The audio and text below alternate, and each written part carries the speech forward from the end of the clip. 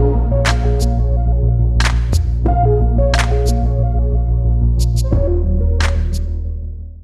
Friends, welcome to the channel. Sidhu को सुनिए, आपका इस वीडियो में स्वागत करता हूं।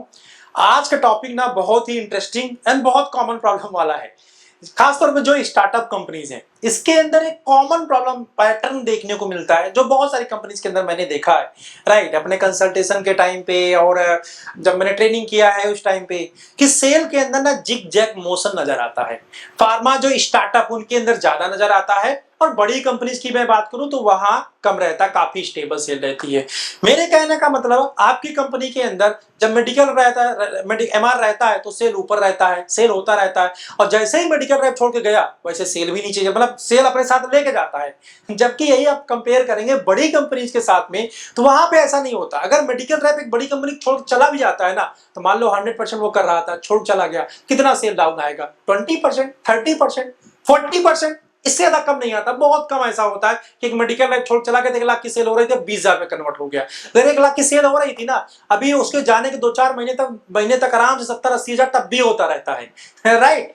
तो ऐसा बड़ी कंपनी जैसा क्या करती है, और जो स्टार्टअप है ऐसा क्या नहीं कर पा रहा है, जिसकी वजह से उसके सेल में जिग आता है। स्टार्टअप में कैसा होता है, एमआर है तो 1 लाख का सेल, एमआर चला गया तो 20,000 का सेल, या फिर 10,000 का सेल, 15,000 का सेल, राइट। तो ऐसा क्या होता है, क्या कमी रह जाती है स्टार्टअप के अंदर, ऐसा क्यों होता है, उसको इस वीडियो के अंदर जानेंगे, इसको थोड़ा समझने की कोशिश करेंगे। एंड यस, इस सेम चीज को आप इंप्लीमेंट कर सकते हैं अपने फार्मा स्टार्टअप के अंदर, जो आपके सेल को मैनेज एंड मेंटेन करेगा। ठीक है, ये जिग जैग मोशन से आपको बाहर निकालेगा, क्योंकि ये बहुत बड़ी प्रॉब्लम है स्टार्टअप की। चलो, तो सबसे पहले नंबर जो मैं बार बार बात करता हूं वो है एक स्ट्रॉन्ग सिस्टम की। जो सिस्टम होता है किसी भी कंपनी की ना, बैकबोन होती है। अब अगर आपकी बैकबोन कमजोर है तो आपको चलने में तो प्रॉब्लम आएगा ही आएगा, ठीक है। और इस बैकबोन को मेंटेन करने के लिए मेरे 2 टूल्स आपको बहुत हेल्प करते हैं। One is the pharma startup tool kit and second is the planning and review, right. ये 2 टूल मेरे ऐसे हैं जो आपको मेरी वेबसाइट pharmaacademy.in पे मिल जाएगा। आप वहां जाके इसको लेके देख के डीपर वे में समझ सकते हैं। अब मैं थोड़ा सा इसको एलोबरेट करता हूं, ये क्या होता है सिस्टम। देखो, अभी होता क्या है स्टार्टअप के अंदर, स्टार्टअप में मेजर जो सेल होता है ना, मेडिकल रैप के ऊपर डिपेंडेंट होता है, ठीक है।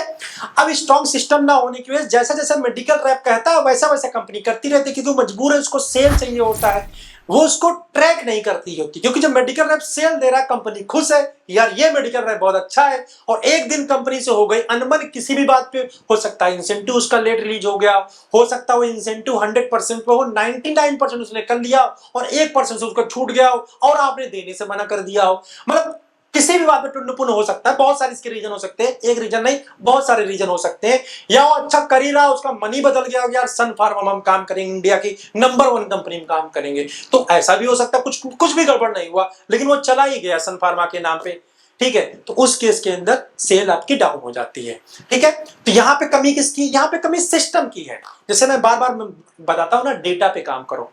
अगर आपका कोई मेडिकल रैप परफॉर्म कर रहा है तो उसकी परफॉर्मेंस का रीजन जो है वो 2 लोगों को पता होना चाहिए। अगर आप स्टार्टअप है तो एज ओनर आपको पता होना चाहिए कि मेडिकल रैप की मेजर सेल कहां से आ रही है, उसका पूरा डेटा आपके पास होना चाहिए। कौन सा केमिस्ट स्टोर है, कौन सा डॉक्टर है, उसके ऊपर क्या एक्टिविटी हुई है, उसके ऊपर क्या इन्वेस्टमेंट हुआ है, मेरा मेडिकल रैप कितनी बार मिलने जाता है, वहां से कितना धंधा लेके आता है, वहां पे क्या स्कीम देता है। और जो आपका मैनेजर होना चाहिए, अगर मैनेजर है तो ठीक, अगर नहीं है तो आप जा रहे होंगे उसकी जगह पे, नहीं जा रहे हैं तो जाइए।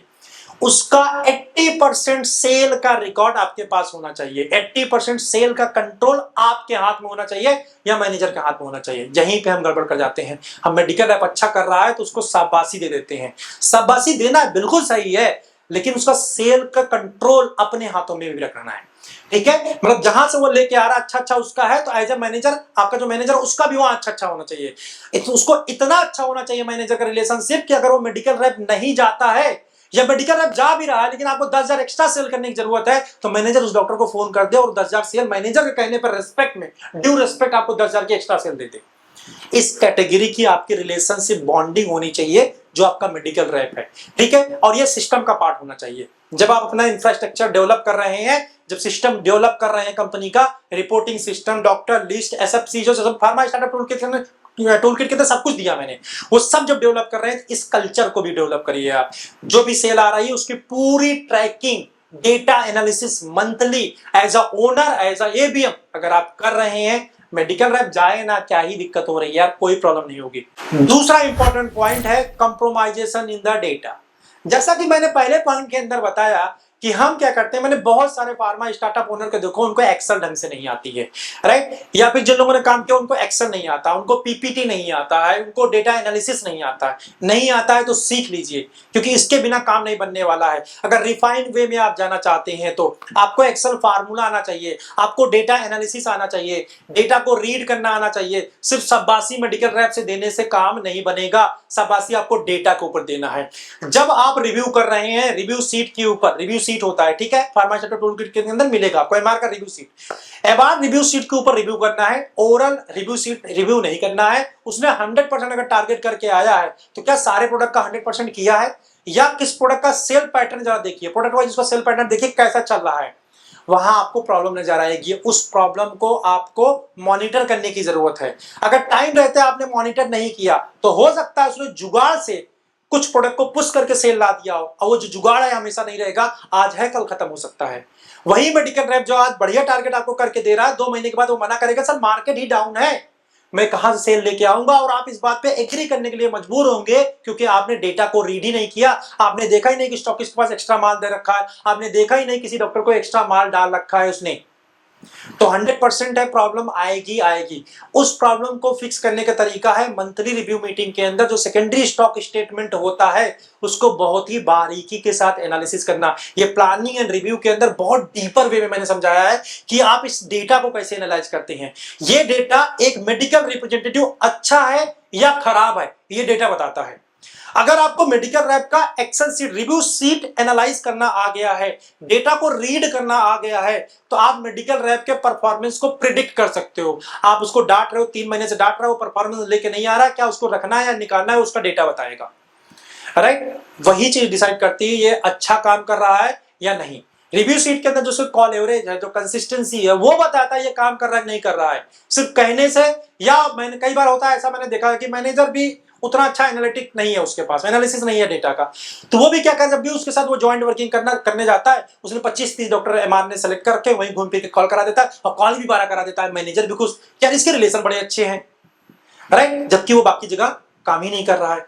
तो फ्रेंड ऐसे में जुगाड़ से सेल तो पुशिंग से कहीं लेके आ सकता है, लेकिन लॉन्ग टर्म में आपको घाटा देके जाएगा, या फिर जब वो जाएगा तब सेल डाउन हो जाएगा, या फिर जो उसका जुगाड़ जो लगा रखा उसने कब सेटिंग फेल होगी और सेल धड़ाम से नीचे हो जाएगा। आप उसको कुछ भी नहीं कह पाएंगे, बिकॉज उसने पहले अच्छा परफॉर्मेंस दिया है, तो अब 3-4 महीने से उसको ऐसे ही झेल लेके जाओगे, यार कुछ तो गड़बड़ है कहीं ना कहीं, अब तुरंत वो दुनिया भर के बहाने भी बता देगा, ठीक है। तो डेटा एनालिसिस बहुत जरूरी है। थर्ड पॉइंट है friend, fully dependency of the MR. मतलब अगर एमआर ने बोला यहां इन्वेस्टमेंट कर दो तो कर दिया, एमआर ने बोला इनको गिफ्ट दे दो तो दे दिया, एमआर ने बोला ऐसा कर दो तो हमने कर दिया, जैसा जैसा एमआर ने बोला वैसे वैसे हमने ऐसे आंख पे पट्टी बांधी और कर दिया। क्यों? क्योंकि वो राजा बाबू है। क्यों? क्योंकि वो बढ़िया सेल कर रहा है। जी नहीं, आपको जैसा वो बोल रहा है बिल्कुल करने में कोई प्रॉब्लम नहीं है, क्योंकि वो सेल लेके आ रहा है, उसके पास एक आइडिया है, उसके पास अच्छे रिलेशनशिप है, उसको करने में कोई प्रॉब्लम नहीं है फ्रेंड। बट जहां भी आप इन्वेस्टमेंट एक्टिविटी कर रहे हैं वहां पे ट्रैकिंग लेना, उसके अलावा उस डॉक्टर के बारे में डिटेल्स पर रखना अपने पास में, उसका बिहेवियर पता करके रखना, उसका आरओआई पता करके रखना, वो आरओआई देता है कि नहीं देता, और उन सभी लोकेशन पे आपका मैनेजर विजिट किया कि नहीं किया, जहां पे वो इन्वेस्टमेंट करा रहा है क्या वहां पे विजिट हुई है या नहीं विजिट हुई है। इन सारी चीजों को आपको प्रेडिक्ट करना है या इसका फॉर्मेट यूज करना है, तभी आपको इन्वेस्टमेंट एक्टिविटीज करनी है, राइट। इस चीजों के ऊपर फुल्ली डिपेंडेंट नहीं होकर जाना है एमआर के ऊपर। सबसे मेजर रीजन यही होता है कि हम फुल्ली डिपेंडेंट होते हैं और छोड़ के जाता है, वहां पे गड़बड़ हो जाती है। फुल्ली डिपेंडेंट नहीं होना है, आपको प्रॉपर डिस्कशन करते हुए रखना है। इसके अलावा मेडिकल रैप को हमेशा ही टाइट रखना है, इसको हमेशा ही रिव्यू करना है, क्योंकि मेडिकल रैप छोटी छोटी गलतियां करती है, अगर उसको आपने उस टाइम पे नहीं टोका, जब वो ब्लंडर करेगा तो ब्लंडर करने की वजह से घाटा तो आपका होगा, और उसको ज्यादा बोल नहीं पाएंगे, और बोल दिया तो कंपनी छोड़ के चला जाएगा। उसके पास 50 कंपनियों का ऑप्शन है, क्योंकि मार्केट के अंदर एक टाइम पे उसने अच्छा काम किया है, उसने रिलेशन बनाया हुआ है, उसके पास 50 ऑप्शन है, और आप उसको ज्यादा नहीं बोल सकते, क्योंकि आप जानते हो कि ज्यादा बोल दूंगा तो ये अच्छा करने वाला है, एक टाइम पे अच्छा किया, आगे भी अच्छा कर सकता है, और ये छोड़ चला गया तो अच्छा नहीं होगा। अंडरस्टैंड? ये छोड़ चला गया तो हेडक्वार्टर डूब जाएगा। इसलिए छोटी सी मिस्टेक हो वहीं पे टोक दो, वहीं पे उसको रेक्टिफाई कर दो। और इसके अलावा अपने मेडिकल रिप्रेजेंटेटिव को प्रॉपर प्रोडक्ट के ऊपर डिटेलिंग की जैसे बात करें, प्रोडक्ट नॉलेज की बात करें, ट्रेनिंग की बात करें, ये सब आप हमेशा रेगुलर बेसिस करिए। क्या ट्रेनिंग करने से सेल बढ़ जाएगी? जी नहीं, ट्रेनिंग करने से सेल नहीं बढ़ता। ट्रेनिंग करने से एक रेगुलरिटी आती है, ट्रेनिंग करने से एक कॉन्फिडेंस आता है मेडिकल रैप का, और जो कॉन्फिडेंस होता है वो सेल लेके आता है, राइट। तो proper follow up, proper product knowledge, proper training, एक वीडियो डिटेलिंग बना लीजिए अपने सभी प्रोडक्ट का। एक जो आपके यहाँ अच्छा कैंडिडेट हो उससे एक वीडियो डिटेलिंग बनवा लीजिए, एक वीडियो डिटेलिंग प्रोडक्ट का कैसे किया था उसको ग्रुप के अंदर सर्कुलेट कर दीजिए, या फिर आप वीकली बेसिस पे वीडियो डिटेलिंग स्टार्ट करवा दीजिए। सब लोग ग्रुप में वीडियो बना के डालेंगे, इससे क्या होता है एक दूसरे के लोग देखते हैं, उसके बारे में जानते हैं।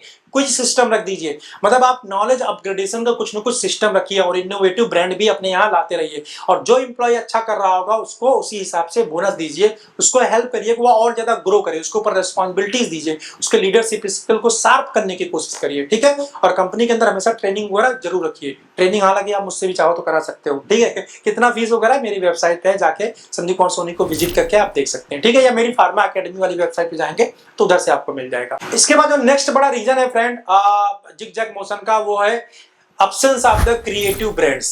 देखो क्या होता है कि जो रेगुलर ब्रांड्स अपने होते हैं ना, ये सेल तो लाते हैं, सेल में कंसिस्टेंसी भी लाते हैं, मेडिकल रैप बना रहता है, लेकिन क्या ये रोज कुआं खोदो रोज पानी पियो, ये वाला हाल है इनका, ठीक है ना। स्कीम रेट अगर आप दे रहे हैं तो अच्छे से चल रहा है, बट ये कब ब्रांड कहां बंद हो जाएगा, कब ब्रांड कट जाएगा, कुछ पता नहीं है। और चांसेस बहुत ज्यादा हाई, कोई भी ब्रांड बंद हो सकता है ऐसी बात नहीं है, लेकिन चांसेस बहुत ज्यादा हाई होते हैं, क्योंकि रेट टू रेट वहां नेक टू नेक गेम चल रहा है। आप रेट दे रहे हो तो आपका ले रहा है, दूसरा रेट आया दिया तो उसका हो गया।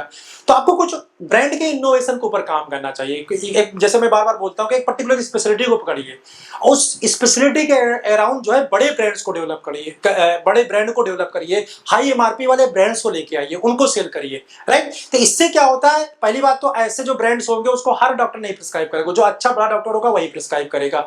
और जब एक अच्छा बड़ा डॉक्टर प्रिस्क्राइब करता है ना, तो इतनी जल्दी जल्दी ब्रांड चेंज नहीं करता, वो रेट के ऊपर नहीं प्ले कर रहा होता, उसके लिए उसका पेशेंट बहुत इंपॉर्टेंट होता है, अंडरस्टैंड।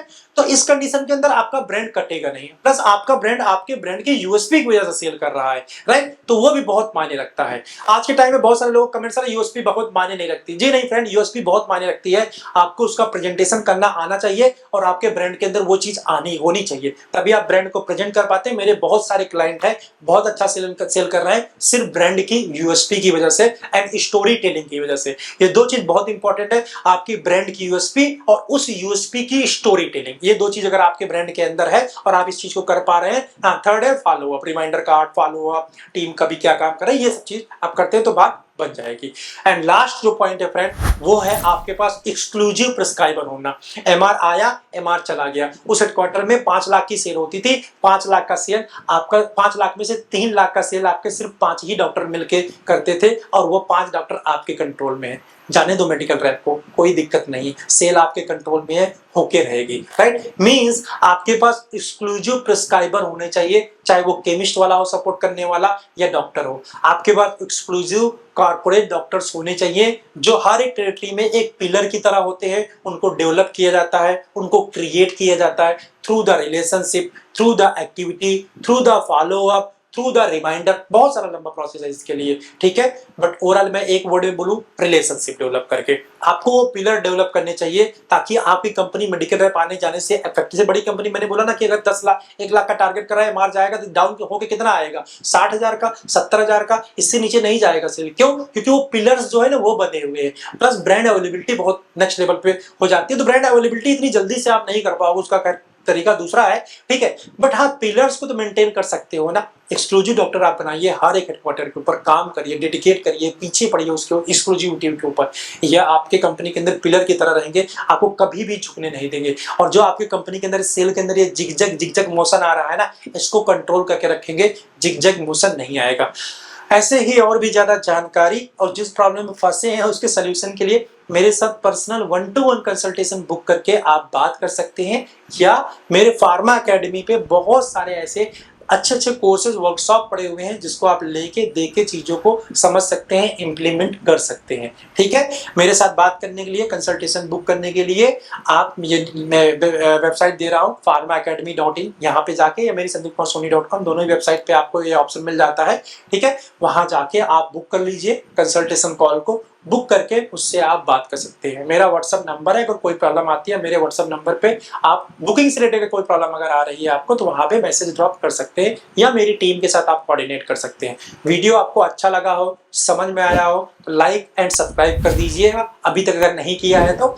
एंड और कौन सी प्रॉब्लम से आप सफर कर रहे हैं वो मुझे कमेंट में बताइए, मैं उसके लिए जो मेरा विचार है, जो मेरा ओपिनियन है, ठीक है, इतने 15 साल के कैरियर के अंदर मैं आपके लिए वो बना के लेके आऊंगा ताकि आपकी हेल्प हो सके। एंड आप वीडियो देखेंगे तो उससे मेरी हेल्प हो जाएगी, राइट। चलो मिलते हैं आपको नेक्स्ट वीडियो में, बाय।